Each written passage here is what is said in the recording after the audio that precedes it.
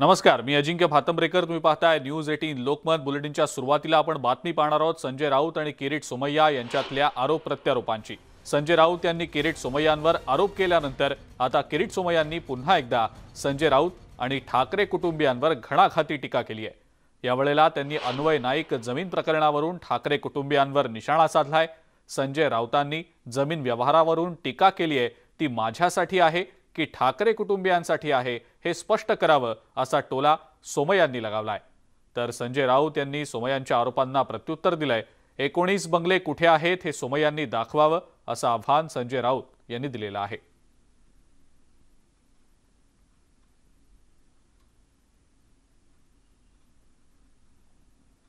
उद्धव ठाकरे यांनी 12 नोव्हेंबर 2020 ला या 19 बंगल्याचा टॅक्स, प्रॉपर्टी टॅक्स कोर्लई ग्रामपंचायतला भरला. रश्मी उद्धव ठाकरे, मनीषा रवींद्र वायकर. आता हे त्यांनी भरलाय टॅक्स. फक्त एवढंच नव्हे, रश्मी उद्धव ठाकरे यांनी त्या आधीच्या 4 वर्षाचा ह्या रश्मी उद्धव ठाकरेंनी भरला 2019-20, 20-21 2 वर्षाचा प्रॉपर्टी टॅक्स. त्याच्या आधीचे 6 वर्षाचा प्रॉपर्टी टॅक्स अन्वय नाईकच्या नावाने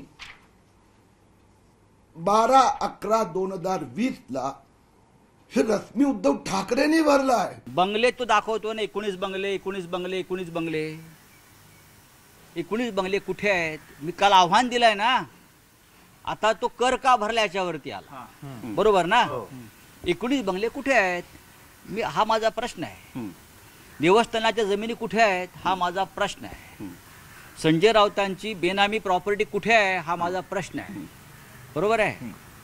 अर्जुन खोतकरना त्रास का दिला जातोय हा माझा प्रश्न आहे. भावना गवळी, आनंदराव वाडसूळ यांचा काय गुन्हा आहे हा माझा प्रश्न आहे. मग मी काल जे प्रश्न निर्माण केलेले आहेत, एक दूधवाला महाराष्ट्रात येतो, इकडला सरकारमधून काही लोकांचे पैसे आपल्या धंद्यात गुंतवतो आणि 7,000 कोटीचा मालक होतो. उत्तर द्या. माझा परत प्रश्न आहे, अमोल काळे कुठे आहे? दुसरीकडे सोमय्यांच्या पत्रकार परिषदेनंतर संजय राऊतांनी पुन्हा एकदा किरीट आणि नील सोमय्या यांच्यावर घणाघाती टीका केली. ईडीची धमकी देऊन प्लॉट बळकावला असल्याचा आरोप राऊतांनी केला. तर त्याला उत्तर देताना भाजपचे आमदार अतुल भातखळकर यांनी राऊतांचे आरोप हे धादांत खोटे असल्याचं म्हटलंय. या दोघांनी मूळ मालकाला ईडीची धमकी देऊन 100 कोटी रुपयाचा प्लॉट,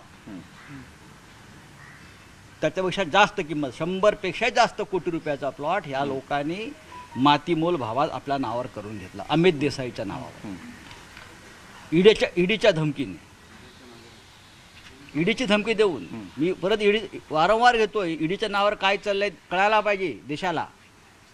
या किरीट सोमय्याने 8 JVPD स्कीम, सुजित नवाब नावाचा प्लॉट 110 कोटी रुपयाचा माझ्या मते.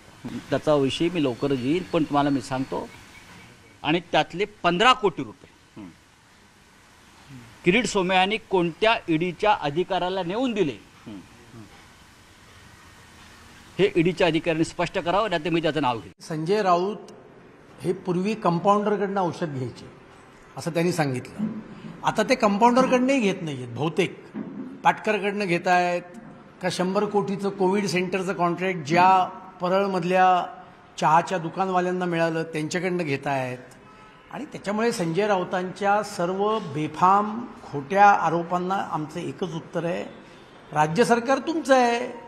तुमच्याकडे इकॉनॉमिक ऑफेन्सेस विंग आहे, अँटी करप्शन ब्युरो आहे, एक्स्टॉर्शन सेल आहे. आमची कोणाचीही चौकशी करा, कुठल्याही प्रकरणाची चौकशी करा. आम्ही काही त्यांच्यासारखा थैथैट करत नाही आहोत. महाराष्ट्राचा अपमान झाला, आम्ही म्हणजे महाराष्ट्र आहोत. आणि त्याच्यामुळे राऊतांना पहिलं तर हे प्रश्न विचारला पाहिजे की त्यांच्याकडे जर का भ्रष्टाचाराची माहिती आहे तर ते 2 वर्ष गप्प का बसले?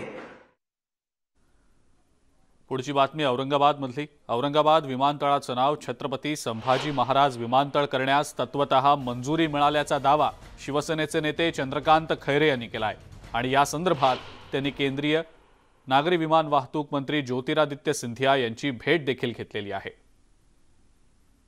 छत्रपती संभाजी महाराजांचं नाव औरंगाबाद विमानतळाला देण्यासाठी तत्वतः मंजुरी मिळाल्याचं चंद्रकांत खैरे यांनी म्हटलेलं आहे. याच संदर्भामध्ये चंद्रकांत खैरे यांच्याशी आमच्या प्रतिनिधींनी संवाद साधलाय, पाहूया. शिवसेनेचे नेते चंद्रकांत खैरे दिल्लीत आलेले आहे. काय त्यांनी मागणी केली, कोणाकोणा भेटी झाल्या हे त्यांच्यावर जाणून घ्या. सर, आपलं स्वागत आहे न्यूज 18 लोकमध्ये. आपण सर दिल्लीत आलेला आहात, काय प्रयोजन होतं, कशाबद्दल भेटीसाठी आले? इन ट्रान्झिटमध्ये आलो मी. म्हणजे मी काल रात्री उशिरा मणिपूरहून आलो, नंतर प्लेन नव्हतं म्हणून आता 4च्या प्लेनने निघालो संभाजीनगरला. आणि मग इतका वेळ काय करायचं, मग शिवसेना पक्षप्रमुख माननीय मुख्यमंत्री उद्धवजी ठाकरे यांनी आम्हाला सर्वांना सांगितलं होतं की तुम्ही सर्वांनी मिळून ज्योतिरादित्य सिंग यांच्याकडे जा आणि आपल्या जे संभाजीनगरच्या एअरपोर्टचं, चिकलठाणा एअरपोर्टचं जे नाव आहे ते आम्ही अनेक वर्षापासून फॉलोअप करतो. त्या एअरपोर्टचं नाव छत्रपती संभाजी महाराज एअरपोर्ट असं करण्यासाठी तुम्ही प्रयत्न करा. कारण त्यांचं पत्र आहे, उद्धव साहेबांचं पत्र जे आहे ते जवळपास 6 जानेवारी 2021ला पाठवलं त्यांनी. दाखवता येईल का पत्र कॅमेरामध्ये? हो, येस. हे पत्र उद्धव साहेबांचं जे पत्र होतं ते हरिसिंग नावाचे त्यावेळेसचे मंत्री जे होते ते त्यांना ते पाठवलं होतं. नंतर हेच पत्राची कॉपी घेतली मी आणि पूर्ण आमचा जो प्रस्ताव होता तो प्रस्ताव चीफ सेक्रेटरीच्या माध्यमाद्वारे तो प्रस्ताव सिंधिया साहेबांच्या डिपार्टमेंटला ऑलरेडी गेला. ते मला बोलले ते, परंतु काही होत नव्हता. मग मी त्यांना आज पत्र दिलं आहे. हे पत्र दिल्यानंतर त्यांनी सांगितलं की काहीच हरकत नाही, आपण तर संभाजी महाराजांचेच भक्त आहोत, त्यामुळे हे होणारच. पण हे आमचे अजून काही 8-10 ठिकाणचे नावं बदलायचे आहे, तर त्यामुळे हे जे आहे नाव बदलायचं ते देशाच्या कॅबिनेटमध्ये जाईल आणि नंतर ते पास होईल. प्रधानमंत्र्यांकडे मी पाठवून देईन आणि मग ते सगळे 4-5-6 जे नावं आहे ते नावं त्या ठिकाणी एकत्र करून ह्या नावाचा सुद्धा त्या ठिकाणी 100% विचार होईल.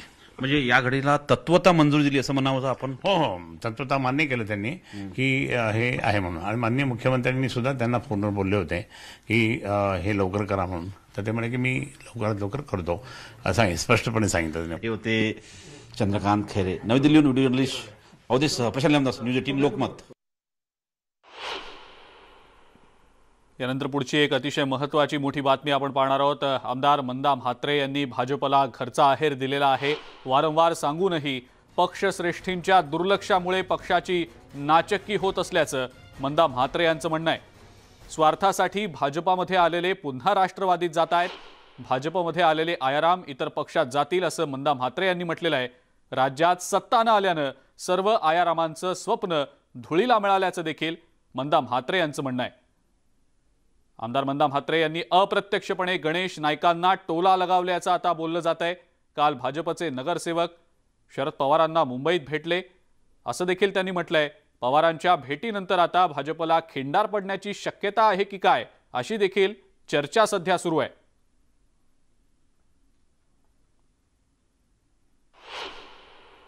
आपल्यासोबत भाजपचे आमदार मंदा म्हात्रे, आपण त्यांच्याशी बोलूया.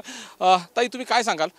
आपण पाहिलं की विधानसभेच्या अगोदर ज्या पद्धतीने राष्ट्रवादी काँग्रेसमधून एक गठ्ठा सगळेजण भाजपमध्ये आले होते, त्याला पुन्हा गळती लागायला लागली महापालिकेच्या निवडणुकीच्या अनुषंगाने. यापूर्वी 12 जण भाजपचे नगरसेवक शिवसेनेमध्ये गेले, आता 9 नगरसेवक राष्ट्रवादीच्या वाटेवरती. काय म्हणाल?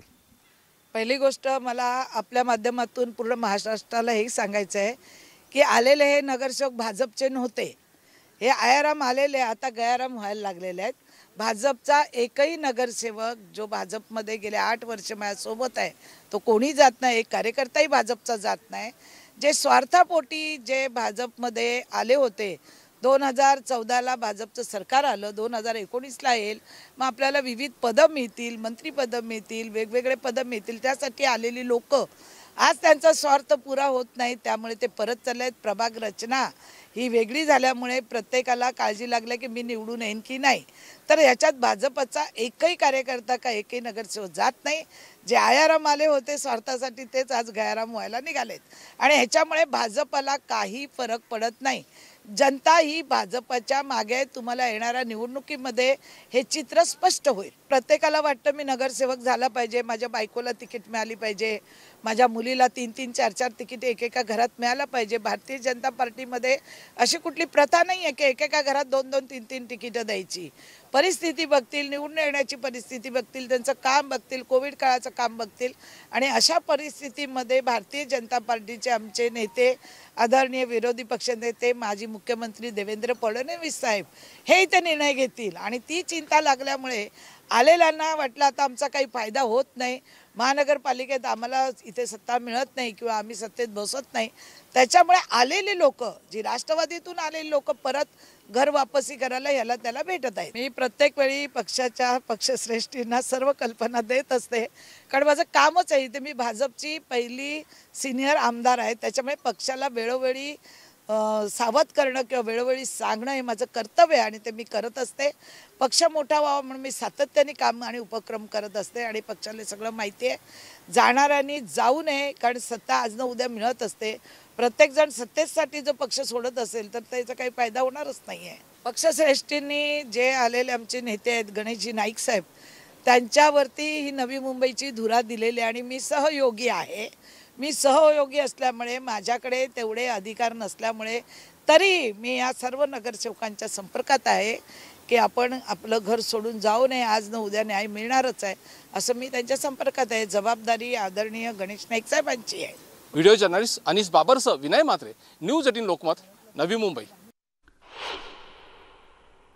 पुढची बातमी बघूया. अमरावती शहरात गेल्या महिन्याभरापासून छत्रपती शिवाजी महाराजांचा पुतळा बसवण्यावरनं वाद सुरू आहेत आणि आता या वादातून खासदार नवनीत राणा यांनी माघार घेतल्याचं चित्र आहे. आता अमरावती महानगरपालिकेवर युवा स्वाभिमान पक्षाची सत्ता आल्यावरच छत्रपती शिवाजी महाराजांचा पुतळा बसवणार असल्याची घोषणा खासदार नवनीत राणा यांनी केलेली आहे. त्यामुळे 19 फेब्रुवारीला शिवाजी महाराजांचा पुतळा बसवणार असल्याची घोषणा राणा यांनी तुर्तास मागे घेतली आहे. दरम्यान शिवजयंतीला सर्व नागरिक आणि युवा स्वाभिमान पक्षांच्या कार्यकर्त्यांनी शांतता राखावी असं आवाहन सुद्धा त्यांनी केलेलं आहे. आमदार रवी राणा यांच्यासह 11 कार्यकर्त्यांवर पोलिसांनी गंभीर गुन्हे दाखल केल्यानं आता खासदार राणा बॅकफूटवर आल्याची जोरदार चर्चा सुरू आहे.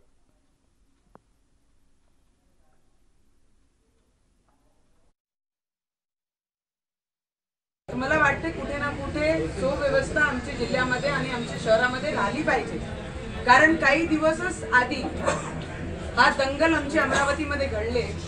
परत तो वेळ येऊ नये आणि त्याच्यामध्ये सामान्य व्यक्तींचं मरण होऊ नये म्हणून आम्ही काही गोष्टी 19 फरवरीला शांततेच्या मार्गावर आम्ही नेणार आहे. कोणीही मागे हटलेला नाही, कोणीही समोर आलेला नाहीये. आम्हाला जे करायचं आहे आम्ही पहिले स्पष्ट केलं आहे, छत्रपती शिवाजी महाराजांचा पुतळा त्या ठिकाणी बसवणार आहे आणि जे पद्धतीने केलं पाहिजे त्या पद्धतीने आम्ही करू. केंद्रीय मंत्री नारायण राणे यांची पत्रकार परिषद आता सुरू झालेली आहे. थेट आपण जाणार आहोत या पत्रकार परिषदेकडे. नारायण राणे पत्रकार परिषदेच्या माध्यमातून नेमके कोणकोणते मुद्दे मांडणार याची उत्सुकता आता लागून राहिलेली आहे. शिवसेनेचे नेते खासदार संजय राऊत यांनी काल एक पत्रकार परिषद घेऊन भाजपच्या काही नेत्यांवर आरोप केलेले होते. या आरोपांना नारायण राणे आपल्या पत्रकार परिषदेच्या माध्यमातून उत्तर देणार का हे पाहणं महत्त्वाचं ठरणार आहे. थेट जाऊया पत्रकार परिषदेकडे. भारतीय जनता पक्षाचे मुक्त प्रवक्ते श्री केशव उपाध्यायजी,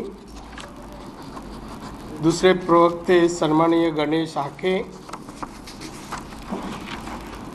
उपस्थित सर्व मान्यवर पत्रकार मित्र, 15 फेब्रुवारीला आपण आंतरराष्ट्रीय पत्रकार परिषदला उपस्थित होतात. त्यामुळे त्या पत्रकार परिषदेला उत्तर म्हणा किंवा आमचे मित्र राज्यसभेतले संजय राऊत यांची जी केविळवाणी परिस्थिती झालेली होती पत्रकार परिषदेला आणि जो घाम फुटला होता तो कशामुळे फुटला होता? विरोधकांनी फोडला काय चुकीच्या कामामुळे कृत्यामुळे घाबरून त्यांना घाम फुटला होता हे सांगण्यासाठी म्हणून मी मुद्दाम ही पत्रकार परिषद घेतलेली आहे. त्याने अनेक वेळेला वारंवार सांगत होता मी कोणाला घाबरत नाही. मर्दांची शिवसेना आहे. मर्द माणसाला मर्द आहे सांगायची काही आवश्यकता नाही वाटत. जो घाबरतो तोच वारंवार म्हणतो मी कोणाला घाबरत नाही. पण आम्ही विचारलं कुठे तू घाबरतोस काय. आणि मग ती पत्रकार परिषद त्यांनी कोणावर आरोप करायला घेतले होते नेमके. अगदी शिवसेना भवनमध्ये घेतली. जाहिरात काय, राज्यभराचे शिवसैनिक येणार, नेते येणार, मंत्री येणार आणि साधे विभाग प्रमुख पण आले नाही. शिवाजी पार्कच्या विभागात पत्रकार परिषद होती. तिथले विभाग प्रमुख का नाही, मुंबईचे नाही, नेते नाही, मंत्री नाहीत, पक्षाचे प्रमुखही नाहीत. नाशिकचे काही मात्र लोक होते, मोजकेच, कारण संपर्क प्रमुख आहेत ना म्हणून आणलेले होते. आता शिवसेनेसाठी पत्रकार परिषद घेतली की स्वतः त्यांनी अडचणीत आहे म्हणून पत्रकार परिषद घेतली हा एक मुद्दा येतो. एवढे दिवस सेना भवन आठवलं नाही. काय भगवी शाल बिल घालून जसं काय सेना भवन आणि शिवसेना प्रमुख हात झालाय अशा आवेशात बसून पत्रकार परिषद घेतली. आणि त्या पत्रकार परिषदेमध्ये त्यांनी काय काय शब्द, एक वृत्तपत्राचा संपादक काय काय शब्द वापरले मी नाही वापरू शकत, पण एक शब्द फक्त उल्लेख करतो, बाकीचे शब्द नाही बोलणार. गांडू, आम्ही गांडू नाही. अरे आम्ही कुठे म्हणालो, आम्ही तर म्हणतो मी त्या पक्षातून आम्ही म्हणतो शिवसेनेत सगळे मर्द आहेत, तूच का म्हणतोस असा. याचा अर्थ काय मित्र. मला एक वारंवार हा शिवसेनेबद्दल बोलतो की शिवसेना बाळासाहेब मला आशीर्वाद आहे त्याचे त्याचे. हा माणूस शिवसेनेत आला कधी हो, आला कधी. 10 मे 1992 आला. सामनामध्ये संपादक म्हणून आला, संपादक. त्या अगोदर लोकप्रभात होता, 1 वर्षामध्ये मार्मिकमध्ये होता, मार्मिकमधून हकालपट्टी झाली आणि लोकप्रभाला गेला. आणि लोकप्रभात असताना त्यांनी जे काय पराक्रम केले,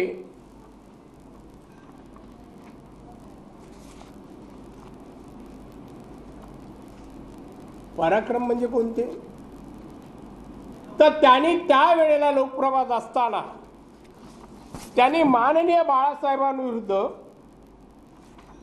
अनेक लेख लिहिले. त्यांची मुलाखतीत पण त्यांच्या विरोधात लिहिली. माझ्या हातात 2 जून नाही 10 मेचा अंक आहे, 2 जून 92ला ते रुजू झाले. माझ्या अंक आहे 10 मे 92चा. त्यात त्यांनी बाळासाहेबांबद्दल जे काही लिहिलं आहे मुलाखतीत, काही उल्लेख मी नाही करू शकतो, कौटुंबिक काही प्रश्न विचारला आणि ते स्वतः त्यांनी लोकप्रभामध्ये छापला. माझे अंक आहेत, सगळे अंक आहेत लोकप्रभाची. आणि साहेबांनी हा पत्रकार कसा आहे याबद्दल पत्रकारांसमोर मी बोलू इच्छित नाही, कसा पत्रकार आहे.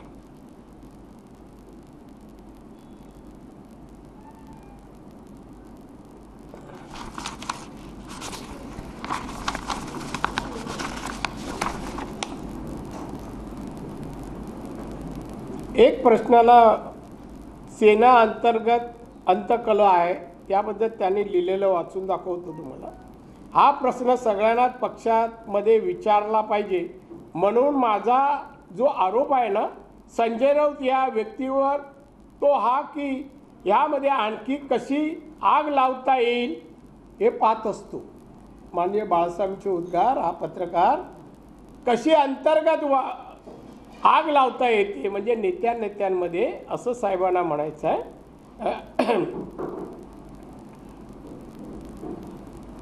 यामध्ये कशी आग लावता येईल त्याच प्रवृत्तीचं तुम्ही लिहित असता म्हणून तुमच्यावर मी चिडतो. आव शिवसेनेच्या प्रेमाचं आणता आणि कधी ते एखादं लिखाण तुमच्या बाजूने लिहून जातात, पण त्यानंतर तुमची प्रवृत्ती मात्र अजूनही कुठे यांना फोडता येईल का हे पाहत असता तुम्ही प्रश्न शरद पवारांना विचारू शकता. काय शरद पवार साहेब नेतृत्व उभे केलं हो, स्वतः भोवतीच गुरफडत ठेवता आणि पैशाचा जोवर कोणाचं नेतृत्व महाराष्ट्र उभं केलं. तुम्ही लाचार पत्रकार, हे साहेबांचं हक्क आहे. खिशामध्ये पत्रकार शरद पवारांना मुजरा करणार आणि माझ्याकडे सत्ता आली तर तुम्ही मला मुजरे करणार. पैशाचा जोर आहे, त्याच्याकडे करोड रुपये असेच पडले. हे राऊत यांना उद्देशून साहेब तेव्हा म्हणालेले आहेत, राऊत यांना उद्देशून. आणि एक मुलाखत त्यानंतर लोकप्रभामधून असताना साहेबांची त्यांनी घेतली. त्या मुलाखतीमध्ये त्यांनी एक प्रश्न साहेबांना विचारला. मी छोटंसं वाचतो, आता जास्त वाचत नाही. कौटुंबिक माझं चांगलं चाललंय, अजूनही बायकोच्या डोक्यावर माझ्याशी घटस्फोट घेण्याचा विचार आलेला नाही. सुख कशात मानावं हा तुमचा प्रश्न आहे. पुढचं त्यांनी लिहिलं नाही, हे त्यांनीच लिहिलं. कौटुंबिक प्रश्नावर साहेबांना विचारलं, साहेब चिडले आणि एवढं उत्तर त्यांना दिले. म्हणजे त्यांनी लोकप्रभात असताना उद्धव आणि साहेब या दोघांवरही टीका करायचं सोडलं नव्हतं. नाही सोडलं तर आता म्हणतो माननीय बाळासाहेबांच्या आशीर्वादाने, उद्धवजींच्या आशीर्वादाने मी हे करतो ते करतो. अरे तू काय विचारायचं आहेस? सध्या काही विश्लेषण मी पाहतोय काय म्हणून तुला संबोधतात. तू पत्रकार, मी म्हणे ना पत्रकार नाहीच, पत्रकार नाही, संपादक नाही.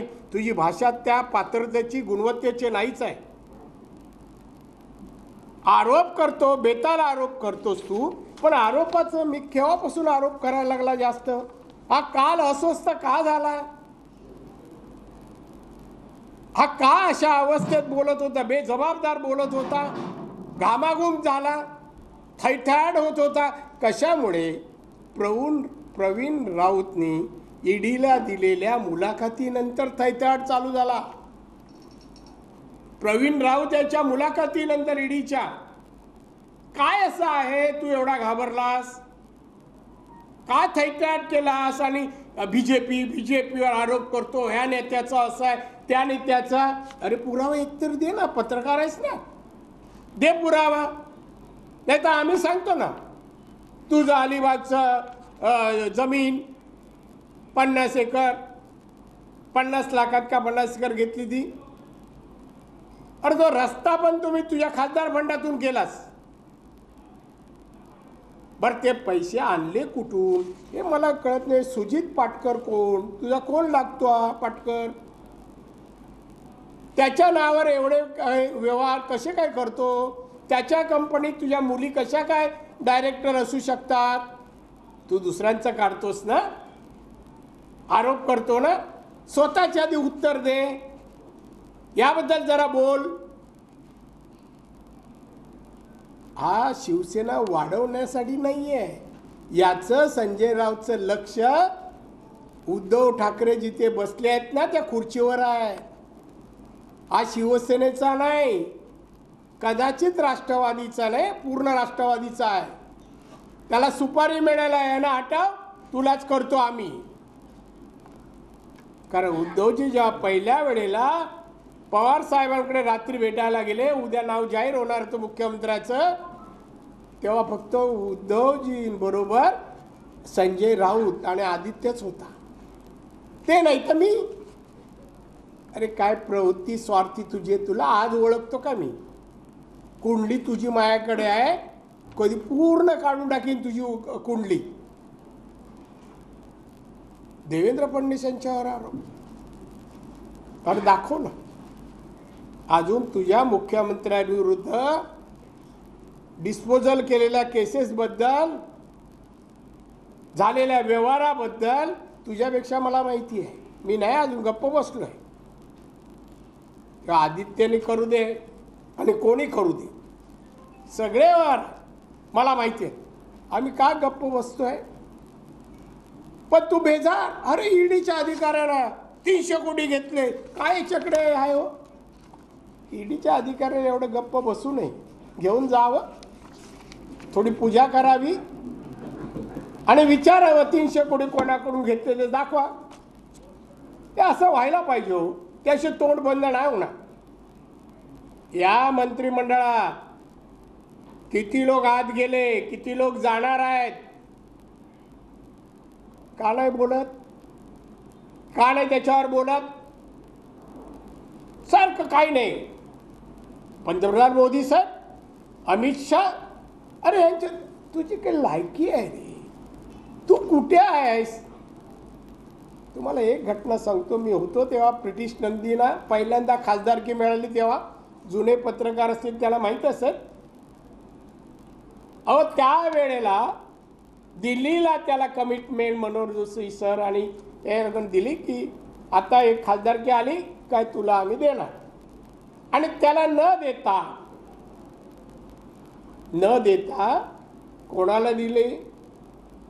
ब्रिटिश नंदीला. बांधवनो, एकटे कधी याल, मी सांगेन एवढ्यांमध्ये नाही सांगत. काय बोलला? एकच वाक्य सांग, साहेबांचे आणि उद्धवचे मी कपडे उतरवी. मला दिलं नाही ना पद, यांना रस्त्यावर आणीन. बोलणार आहात, माझ्याकडे विटनेस आहे.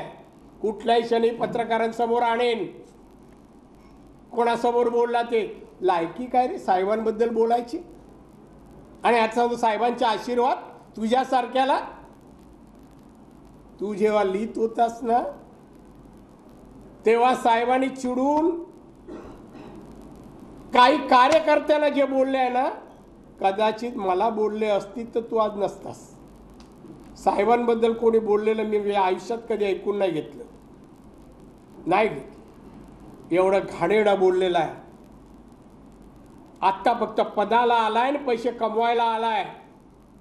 कुठे होता, कसा होता, कसा पहिला लोकप्रवाह असा झोळी घेऊन फिरायचा मी पाहिलाय. काय तुझा प्रवीण राऊतशी संबंध, दिवाणशी काय संबंध? तू पत्रकार, संपादक, किती व्यवहार केलेस? आतून काही झालं नाहीये, बरंच यायचं आहे. त्यामुळे दुसऱ्यांवर आरोप तुझं काम नाहीये. पगारी नेता आहेस तू, सामन्यातून पगार घेतोस. तू फुकट नाही, अधिक हे कमवतोस ओव्हरटाईम करून. तेव्हा मित्र हो, संजय राऊत काल ईडीच्या प्रवीणच्या चौकशी, राऊतच्या चौकशीनंतर आता आपण पण अडचणीत आहोत. आपल्याला पण आज उद्या अटक होणार. अनिल परबला तर होणार आणि आपल्यालाही होणार. आणि म्हणून 3.5 नेत्याशी भाजपचे यांना हात घालणार. तर एकाचं तरी नाव सांग ना. नाव सांगण्यात आम्ही सांगतो ना, तुझी नाव सांगितलं, अनिल परब सांगितलं, अजून बाकीचे सांगतो, पेंडिंग ठेवतो. तू सांग ना. आज राज्यामध्ये हे विषय का आणतायत संजय राऊत? जनतेने लोकांचे प्रश्न, शेतकऱ्यांचे प्रश्न, एक वेळेला हेच मुख्यमंत्री महाराष्ट्रात फिरायचे, मी 7/12 कोरा करीन, सत्ता द्या. सत्ता दिली, कोरा नाही तो 7/12 दिसत नाही आता कोणाचा. कोरा तर सोडच. शेतकऱ्या नुकसान भरवे एकरी 50,000 रुपये मी देईन. किती दिले तो? GDP वर, पर कॅपिटा इन्कमवर बोलताय हे सरकार? बांधवनो, 20-21 पेक्षा 21-22 पर कॅपिटा इन्कम खाली आलं. एक तो कागद द्या.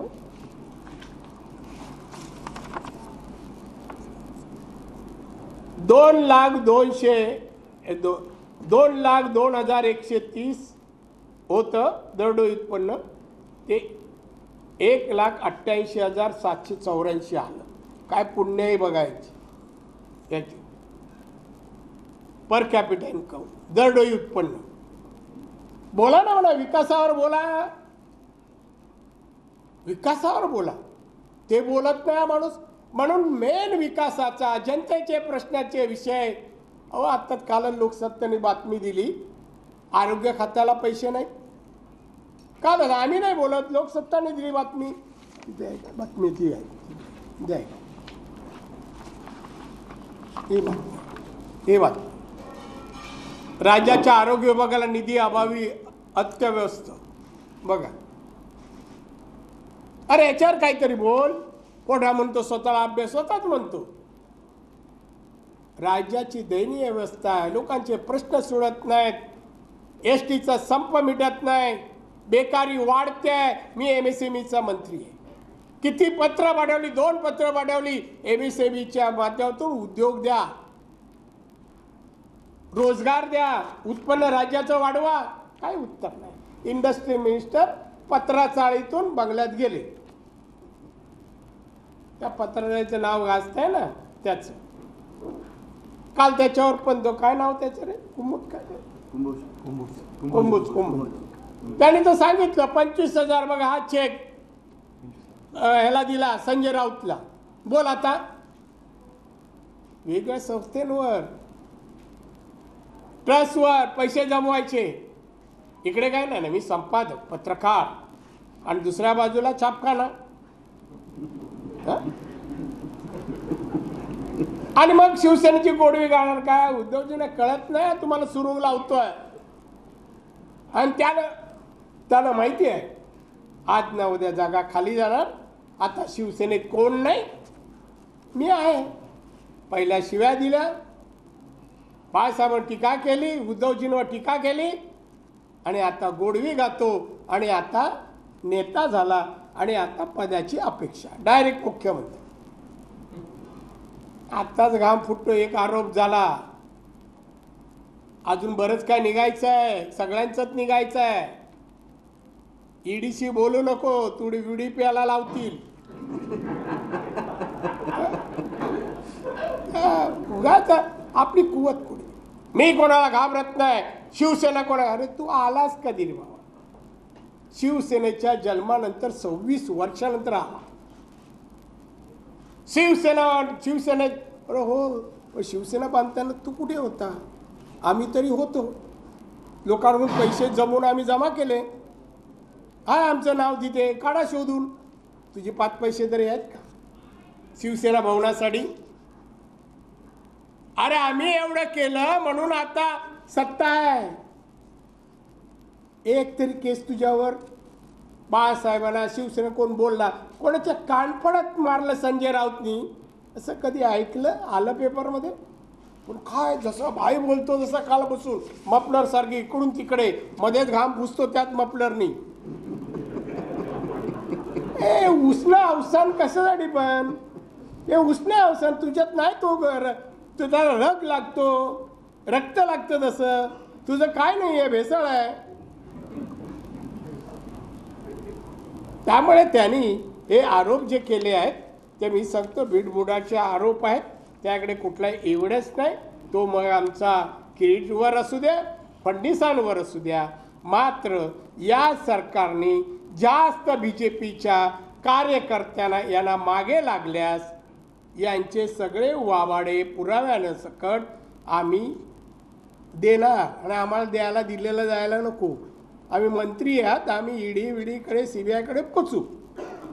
मग पळता होईल थोडी होईल. मग पळता होईल थोडी होईल. माझ्याकडे काही हेडलाईन आहे, मुद्दाम वाचून दाखवतो. कुठे होईल लोकप्रभाचे कुठे ठेवले हे काढले याच्यात. शरद पवारांना NDAत घुसू देणार नाही उद्धव ठाकरे. आता सोबत बसले आहेत.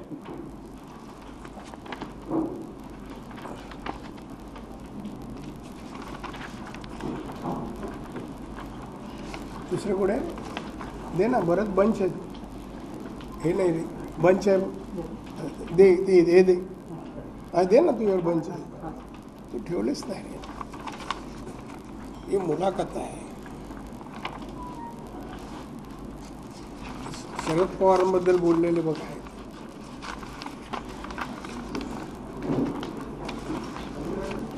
केलं त्यांनी, केलं मला वाटतं. राव दे नाही तो आला असू देत. आहेत मी ते देतो नंतर.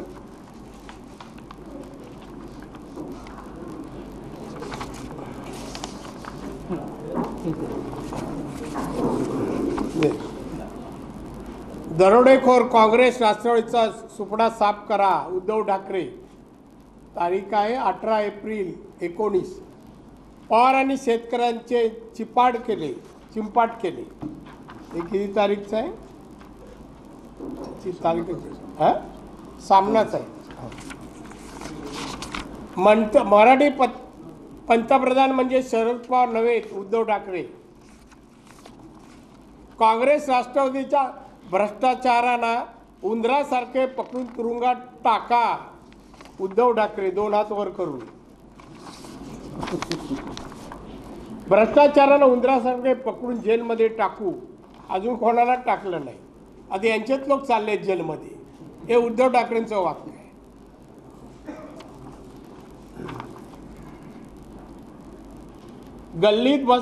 दिल्लीत बसणारे पवार दिल्लीत शेपूटका घालतात. बघा उद्धव ठाकरे हे किती टीका केली, घाणेरड्या शब्दात केली. आणि आता मला वडिलांसारखे वाटतात शरद पवार. हे कशासाठी? पदासाठी लाचारी. आणि पद कशाला? पैशासाठी. एवढी खुडी आहे का जनता? हे अजून पेपर जिवंत आहेत ना, आणि त्याच्यावरचं लिखाण आहे. गाय बैल हे उपयुक्तच आहेत, पण पवार उपयुक्त आहेत का? हे उद्धव ठाकरे. काँग्रेस राष्ट्रवादीचा स्वाईन फ्लू महाराष्ट्रातून हद्दपार करा. 8 ऑगस्ट 2009 संजय राऊत. आता नाही ती परिस्थिती. आता पवार साहेबांचे खास आहे. तेव्हाची परिस्थिती वेगळी. किसा माणूस बदलतो बघा. आता दिल्लीत कधीही याल तर पवार साहेबांच्या ऑफिसमध्ये असतील लोकसभेत. आणि तेव्हा म्हणजे हद्दपार करा. बारामतीतील शेतकरी आत्महत्या करतात आणि हे निघाले पंतप्रधान बनायला, उद्धव ठाकरे. ते बघा सभा.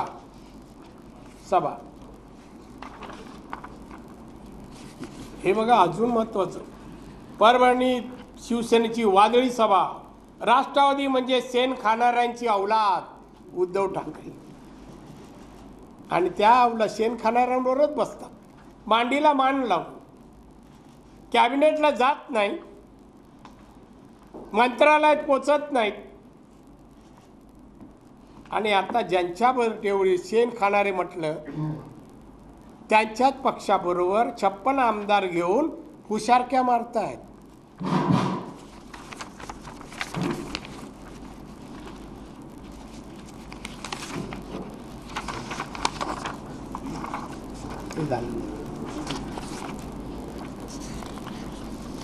पवार उभे राहिले तर डिपॉझिट घालवण्याचा निर्धार करा, उद्धव ठाकरे. राजगुरुनगरमध्ये विराट सभा. डिपॉझिट जप्त करा. आता पवार नसले आणि काँग्रेस नसले ना तर 25 पण आमदार येणार नाही महाराष्ट्रात. काँग्रेस राष्ट्रवादीची मोगलाई चिरडून टाका. बस झालं. बरेच आहेत, पण हे अशा प्रकारे एकमेकावर टीका करणारे, एकमेकाविरुद्ध टीका करून अपशब्द बोलणारे. महाराष्ट्राचा मुख्यमंत्री दिल्लीचा लाचार नको. मग आता काय? सोनिया गांधीला भेटतात, पवार साहेबांना वारंवार भेटतात. लाचार कोण आहे? महाराष्ट्राच्या इतिहासात एवढा लाचार मुख्यमंत्री झाला नाही. महाराष्ट्रामध्ये छत्रपतींच्या महाराष्ट्रात, शिवाजी महाराजांच्या महाराष्ट्रात आज लाजिरवाणी परिस्थिती या देशात महाराष्ट्राला कोणी आणली असेल तर आताच्या सत्तारूढ मुख्यमंत्री. काय केलं आता संजय राऊत हे विषय काढतोय ना, हे विषय सगळे लोकांना दुर्लक्षित व्हावं आणि म्हणून मी नाही त्यातला, हा त्यातला नाही, बाकी सगळे. अरे काय आहे तुझा इतिहास बघ. कोणाला तरी सोडलायस? कोणाला वडिलांना वडील म्हणालास का प्रत्येक वेळा बदलतोस?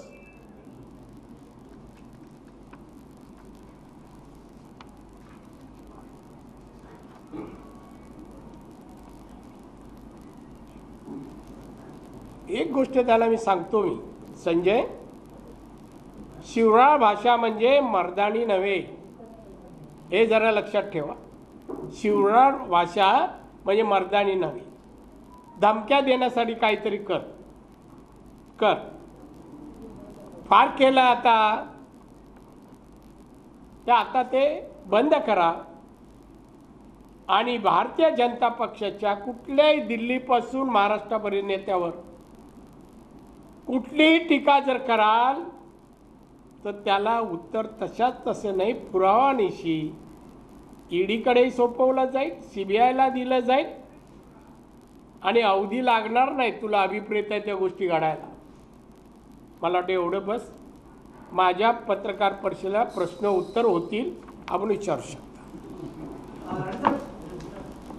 कालच्या पत्रकार परिषदेमध्ये त्यांच्या टार्गेटवरती किरीट सोमय्या जास्ती होते.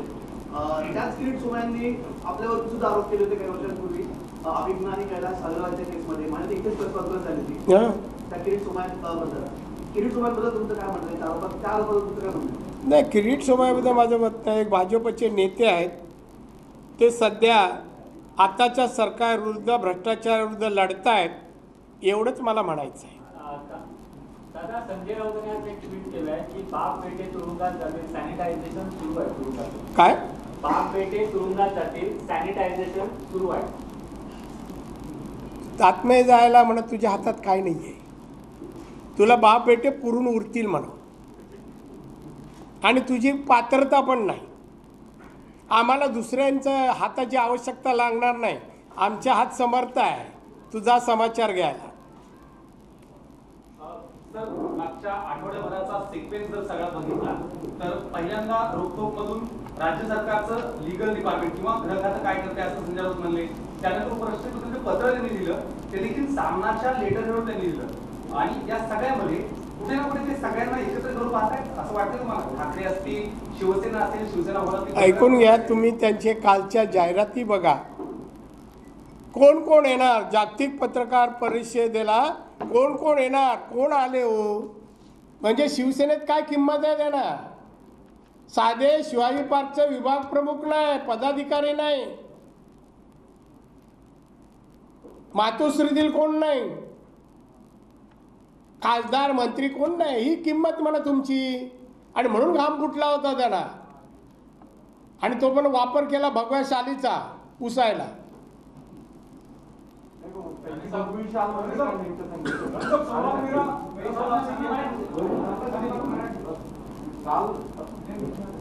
राऊत यांचं परिधान, त्यांचा ओरा नेमकं काय सांगतो? त्यांना काय हवं आहे पुढच्या कालावधीमध्ये? आणि मग ठाकरे यांच्या नाही, काय हवं आहे ते मी तुम्हाला मगाशी सांगितलं. काय हवं आहे त्याचं लक्ष कुठे आहे. पण त्याचं लक्ष जरी असलं तर त्याची काय मेरिट, गुणवत्ता जी आहे पत्रकारितेची, शिवसेनेतलं आणि शिवसेनेचं योगदान, त्यामध्ये तो कुठेही त्या कॅटेगरीत बसत नाही. पण त्याला वारंवार दिवसा स्वप्न पडतं. सांगताय की महाराष्ट्रातल्या ज्या एजन्सी आहे त्याचा वापर भाजपच्या नेत्यांच्या विरोधात आता मुख्यमंत्र्यांनी करायला पाहिजे असं महाविकास आघाडीतले सगळे करावं ना. सत्ता तुमची आहे. तू म्हणा शिवसेना भवनला कशाला भेटतो? जा वर्षावर सांग ना कारवाई करा. एजन्सी आहेत. मग आमच्याकडे मोठी एजन्सी आहे दिल्लीला. तुमची इथे असेल ना, आमची भव्य आहे.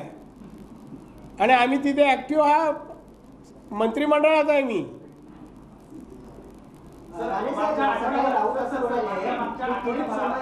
एका ईडीच्या अधिकाऱ्याला पाठीशी धरून एका विकासाकडून 110 कोटी वसूल केलेला आहे आणि त्यातील 15 कोटी ही एका ईडीच्या अधिकाऱ्याला दिलेल्या आहेत. कोणाच्या?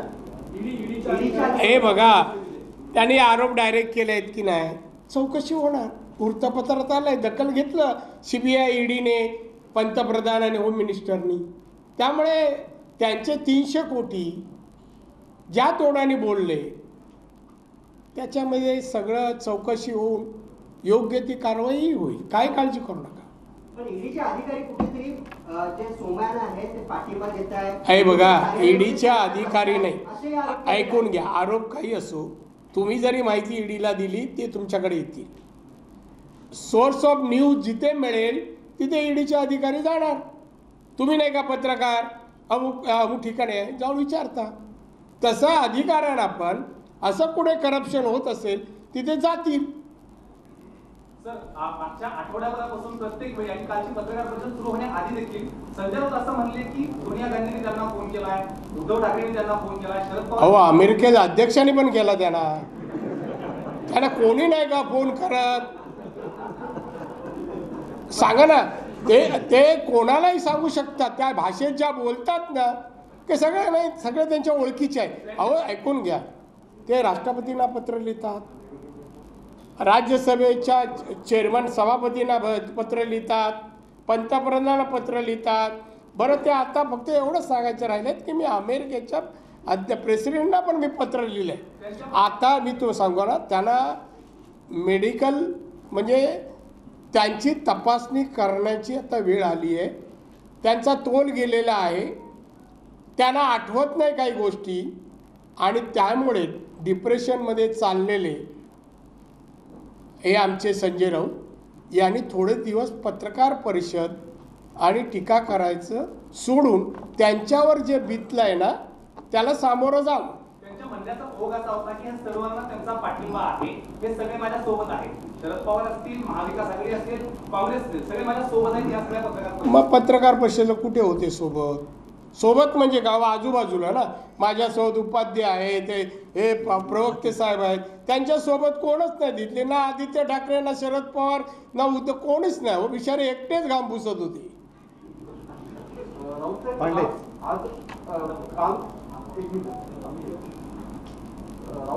संजय राऊत यांच्या प्रेस कॉन्फरन्स नंतर भाजपच्या नेत्यांनी सुद्धा म्हणजे वेगवेगळे नेते भाष्य करतात की आपल्या इथं म्हणाले की संजय राऊत यांना जेलमध्ये जायची वेळ ती कोणत्या बेसवर येईल असं तुमचा दावा आहे. आता ते चौकशी चालू आहे. आपणच बातम्या देता आणि आपणच मला विचारता. मी आता त्यांचं नाव सांगितलं, हे पाटकर, सुजित पाटकर, त्यांच्या 2 मुलींची प्रॉपर्टी, प्रवीण राऊत यांनी दिलेली मुलाखत, त्यामध्ये जमिनीचे व्यवहार, जमीन घेताना संजय राऊत कोणती भूमिका त्या जमीन मालकाला धमक्या देऊन अदा करत होता ते जरा माहिती घ्या ना. प्रवीणची स्टेटमेंट घ्या मागून ईडीकडून. मिलिंद नार्वेकर, अनिल परब, एकनाथ शिंदे हे देखील एक मोठे नेते आहेत. काल ते तिकडे कोण आहे? मिलिंद नार्वेकर कोण आहे? ते पूर्वी मातोश्रीमध्ये बॉयचं काम करायचं ते काय? हा, माझ्या समोरची गोष्ट आहे. हो, मी बघितले, बेल मारली, काय आणू असं म्हणणार, आता नेता म्हणला. काय अपग्रेडेशन स्पीड आहे. हो,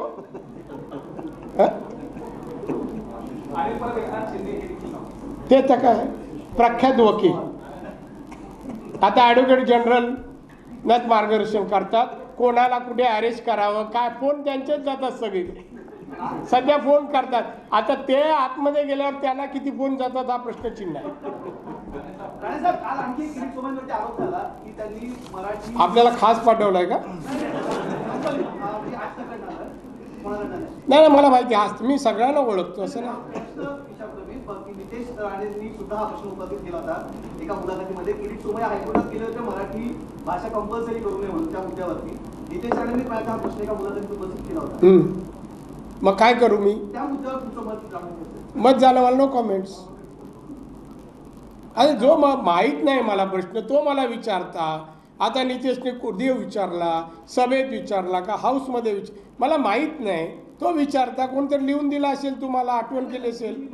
नाही नाही, समोर ठराविक प्रश्न ठराविक दिशेने आले ना मी ओळखतो. शिवसेनेच्या जन्मापासून आहे मी, वयाच्या 15 वर्षापासून. 18 वर्ष टाकून देवा, 2 रुपयाची रसीद फाडून झालेला शिवसैनिक आहे मी. काल आलो नाही मी शिवसैनिक. अरे काय शिवसेना नीट म्हणा, आहे ताकद पाहिजे, रग लागतो म्हणा. नितेश राणे यांच्यावरती कारवाई झाली त्यानंतर सगळी बराच तुमची देखील नितेश राणे यांच्यावर तुमच्यावर देखील ज्या पद्धतीने कारवाई झाली त्यानंतर नितेश राणेंना सुद्धा भेट झाली. पहिल्यांदा जास्त कालावधी कोर्टात वारंवार जावं लागलं. या सगळ्या पूर्ण प्रक्रियेमध्ये यंत्रणेचा वापर केला गेला असा भाजपाचा आरोप आहे. पण या सगळ्या गोष्टीनंतर तुमचं शिवसेनेविषयीची खतखत पाहण्याची काय शिवसेनेविषयीचा तुमचा राग नेमका तो आहे काय संबंध आहे शिवसेनेचा त्या प्रकरणी? तो मुद्दा काढला तरी काय? काय काय सत्ता वापरली? नितेश राणे मोठा टेररिस्ट असला, 400 पोलीस कोर्टात, घराच्या वर 200.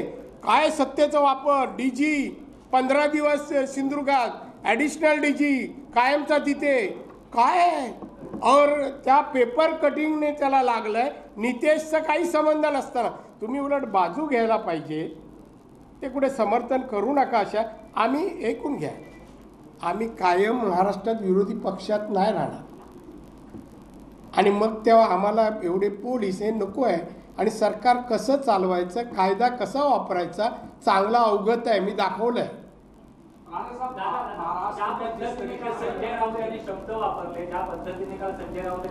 बा काय काय घाणेरडे शब्द. आम्ही त्याची दखल, आमचं योग्य डिपार्टमेंट दखल घेतलेली आहे. राणा साहब, जिस तरीके से कल की प्रेस कॉन्फ्रेंस के दौरान संजय राउत ने शब्दों का इस्तेमाल किया और कहा कि अब राज्य की एजेंसियों को बीजेपी और सेंट्रल एजेंसियों के खिलाफ इस्तेमाल करना चाहिए, जैसे पश्चिम बंगाल में ममता बनर्जी ने किया. देखिए, अभी हमने तो उनको कोई रोका नहीं, राज्य सरकार को.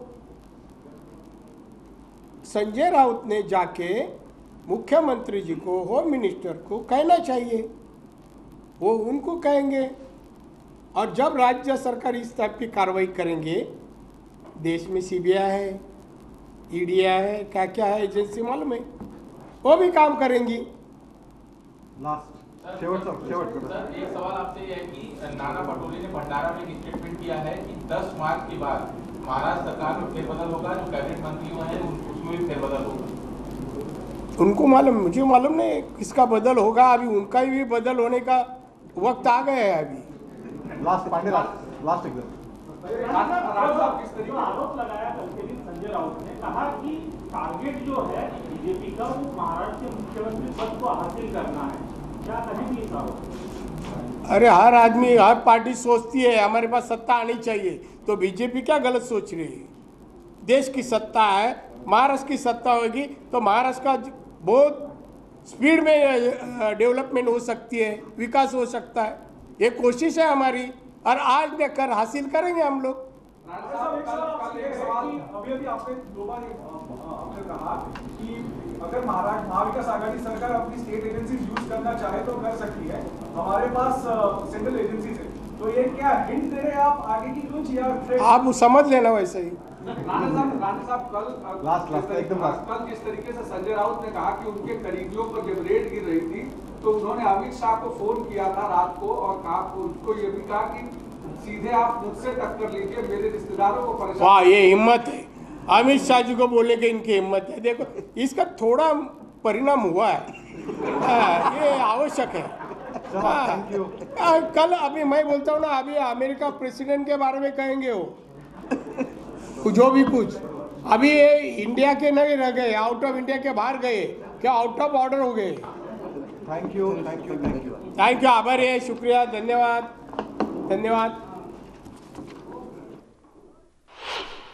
तर आपण पाहिलं, केंद्रीय मंत्री नारायण राणे यांनी पत्रकार परिषद घेत शिवसेनेचे नेते खासदार संजय राऊत यांनी काल पत्रकार परिषदेच्या माध्यमातून जे आरोप केले त्या आरोपांना प्रत्युत्तर दिलेलं आहे.